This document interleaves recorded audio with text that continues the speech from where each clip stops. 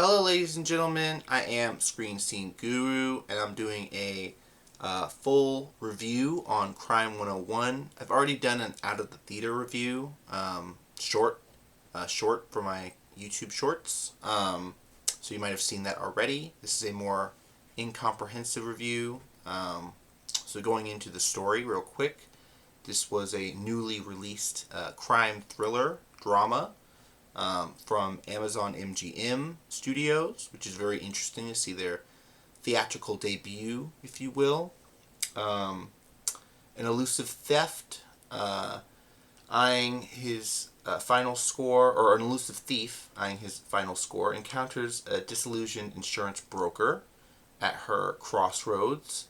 As their paths intervene, a relentless detective trails them, hoping to thwart the multi-million-dollar heist they are planning. So very interesting plot for this movie. I thought in the theaters, very interesting watch.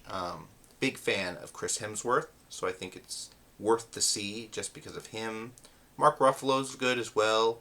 Halle Berry is very good. And then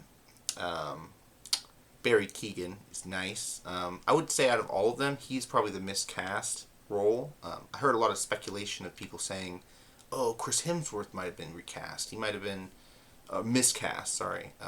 Some people were saying he might have been too old for the role, and they should have left it open for younger talent. I think that's a ridiculous notion. I think it's perfect for him. Something new he hasn't done before. So yeah, like I said, this is based off a Dawn Winslow novel, a novella, if you will, a short story. So very interesting stuff there.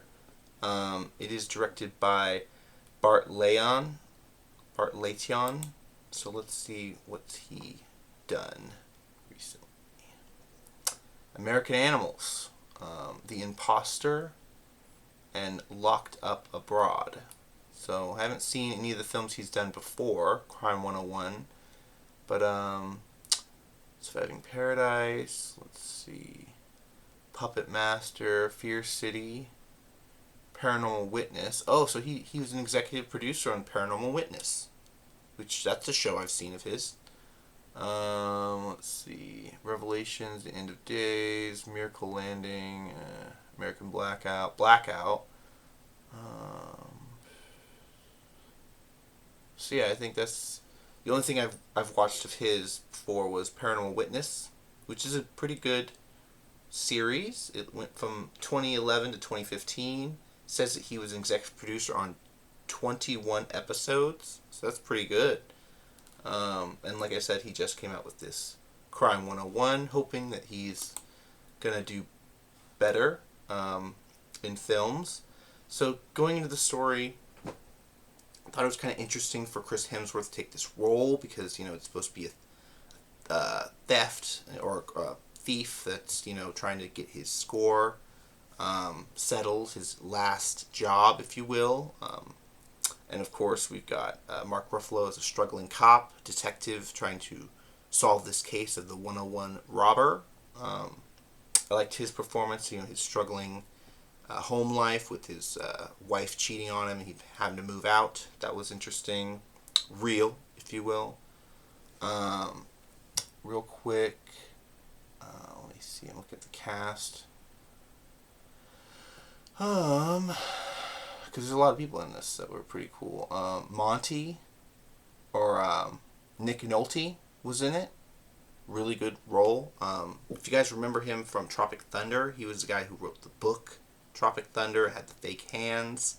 I also remember him from Spiderwick Chronicles. He wanted the book very badly. He plays the jeweler, or the person that essentially sends Hemsworth on these jobs. There's also a tech bro that he contacts to get people's personal information, to hack their emails. So I thought it was a really cool modern day crime story.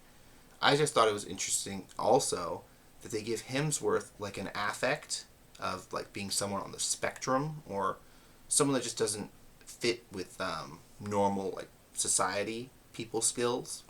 They described that he had a tough background. He didn't come from money. He came from struggling beginnings, and now he's obsessed, OCD'd about having the nicest cars, flashiest clothes, but he can't connect with people.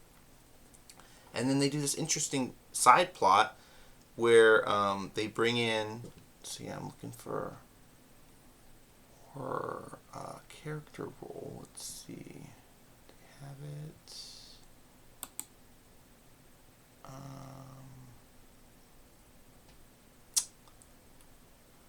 Not her. So yeah, I'm trying to find the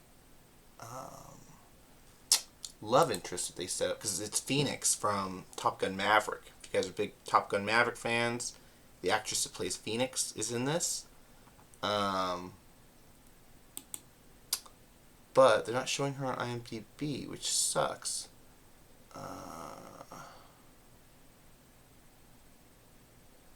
Yeah, weird. IMDb is sometimes funny about casting, so let me look this up outside of...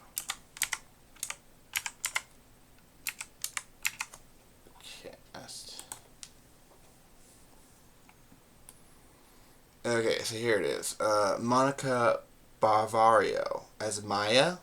So she was really good in this. I didn't really know why they set this story up, for him to have a relationship with this woman that he got into a car crash with. I guess it's just to make him relatable. And this film just came out around Valentine's Day. It turned into like a rom-com. I thought it was just a thriller, suspense thriller, but it turned into like a lady movie, which was nice. Halle Berry's story was pretty compelling, with her trying to make partner at her law firm or her insurance company, and then essentially saying she's too old to make partner, which is why she chooses to help Hemsworth rip off her clients. So real quick, I do want to mention some supporting cast. Got to see Corey Hawkins as the Mark Ruffalo's partner.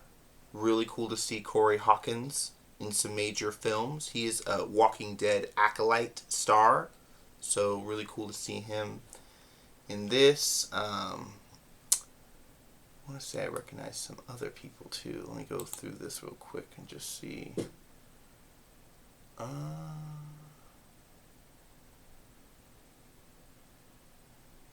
think that's pretty much it. Well, let me go into real quick.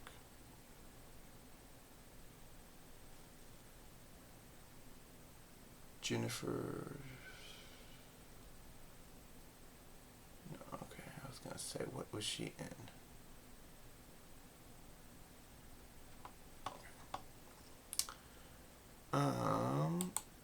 But yeah, Crime 101, good film. I'd highly recommend you guys check it out. If you're a big Amazon MGM fan, this was a surprising film for them. Hopefully they'll do more of these. So yeah, really cool stuff. Well played all around. I saw this in the theater. Like I said, you can see my out of the theater short on my shorts. Also on TikTok.